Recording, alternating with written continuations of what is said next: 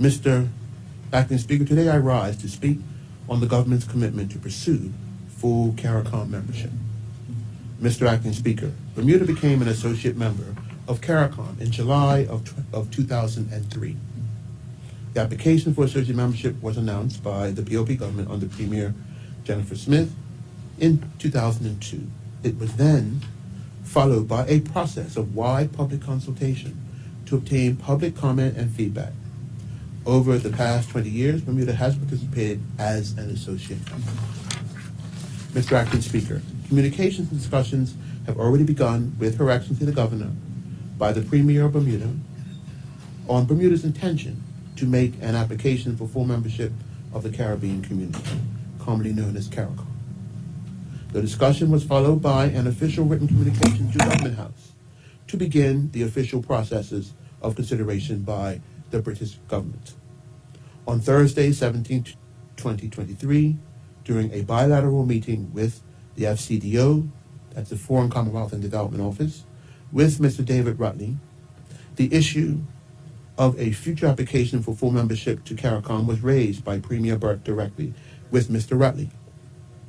Mr. Rutley, who described himself as a fan of Caricom and the leadership role it provides for Caribbean countries and is familiar with the Caribbean region and its issues, expressed support for Bermuda making an application.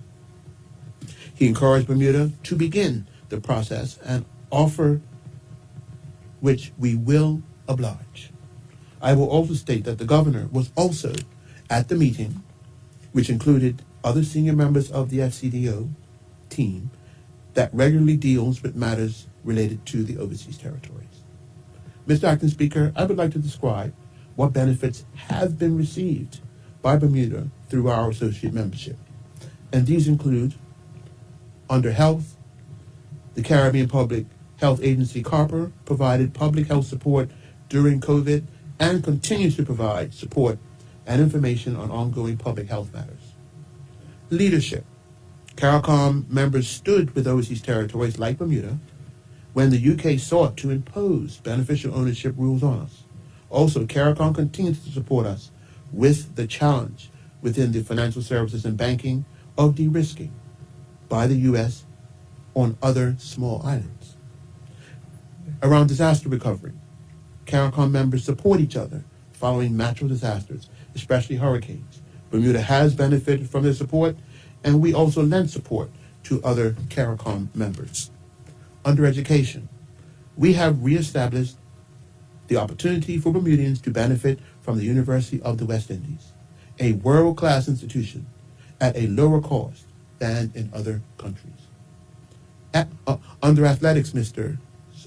Acting Speaker, Bermuda fully engaged with CARIFTA, an avenue to advance sporting excellence of our youth. Culture exchange. Bermuda participates in Carifesta and other regional culture activities as an avenue for our artists and cultural advocates. Research. Bermuda has the opportunity to have access to the support from the region's most capable experts in key fields, work on key Caribbean Caricom agencies. This allows us to benefit from the island perspective. Under the economy, Bermuda participates with other Caricom, with members of Caricom as a collective to make representations on banking and investment at an international level, supporting the Bridgetown Initiative, which targets the financing problem by creating sources from which developing countries can borrow to mitigate and recover from the climate crisis. Mr. Acting Speaker, we are now researching and exploring all that is required to make a full application.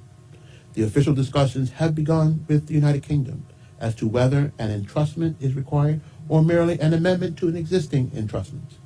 Also, we are determining what will be needed for us to facilitate a full application, what steps are required, and what may be the points of negotiation we would need to initiate with the Caricom Secretariat. We are reaching out to the Secretariat to obtain all the required information for the application. We are also consulting with other members of Caricom about our future application to give feedback and guidance. Mr. Acting Speaker, the discussions have already begun about the process of consultation we will have with our citizens. As is the case in 2002 and 2003, which I recall, Mr. Acting Speaker, you were very much involved with those public discussions yourself, so I know you can recall the process that we went through. We know there will be interest, and we want to have discussions with our community about Caricom, how full membership will impact Bermuda, the steps to be taken, and what the future may look like as a full member of the regional international organization. Mr. Acting Speaker, although there have been recent comments in the media about matters related to Caricom and Bermuda as a member, we desire to be fully informed, a fully informed and healthy discussion to be had with all interested parties. It is important that people be allowed to ask questions, participate in discussions, look at positives and negatives, and importantly, to get the facts and answers they deserve. This is the environment that was created in 2003 before the application for associate membership was made. It will be done so again. Once we receive further information, such as the feedback required from the UK government, Caricom Secretariat, and other relevant organizations, the public will hear early in the new year about the public consultation process. Our tasks now are to acquire all information we need so we can be properly informed and have the relevant conversation with the Bermuda public. Mr. Acting Speaker, I must state emphatically that when it comes to our financial services, insurance, and reinsurance industries, we must continue our strong relationship with North America, UK, and Europe. It also needs to be understood that, as a small island state, we identify and share the same characteristics with our family in the Caribbean. Right now, when it comes to issues such as climate change, energy transition, and the environment, we stand with the Caribbean region in purpose and experience. We are all challenged with these issues related to expensive, polluting fossil fuels. Mr. Acting Speaker, we are already embedded in organizations in the Caribbean, such as the Caribbean Electric and Utility Services Corporation, CARELAC, and the Caricom Private Sector Organization, CPSO, in relation to advancing greater food security.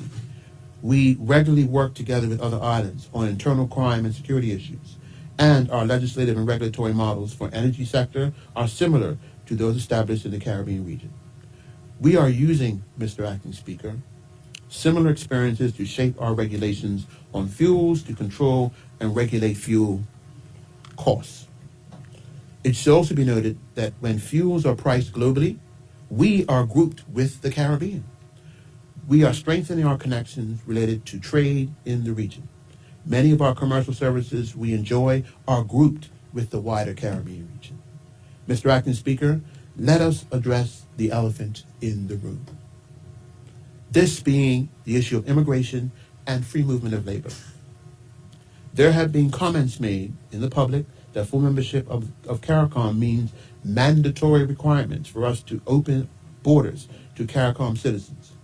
This is false, Mr. Acting Speaker. Let me make that clear. This is false. Being a full member of Caricom actually allows Bermuda to have a voice and vote on matters of policy addressed by Caricom that impact the whole region, particularly the issue around correspondent banking and de-risking. And as of now, the Caricom members who have opted out of the free movement of labor are Antigua and Barbuda, Bahamas, Haiti, and Montserrat. These countries have not signed or ratified the Protocol for the Free Movement of Persons, which is one of 9 protocols that amend the Treaty of Chevron Ramos to establish the Caricom single market and economy, commonly known as SESAME. Therefore, they are not legally bound to grant the right of establishment, provision of services, or movement of capital to Caricom nationals. However, they may still participate in other aspects of SESM, such as trade in goods and services and functional cooperation. Given Bermuda's small size, I can already confirm that we would not, and I repeat, not accept the protocol on free movement of persons as a condition of membership. I must add, we have not discussed or had sight to date of any conditions of membership set by Caricom. So such matters, Mr.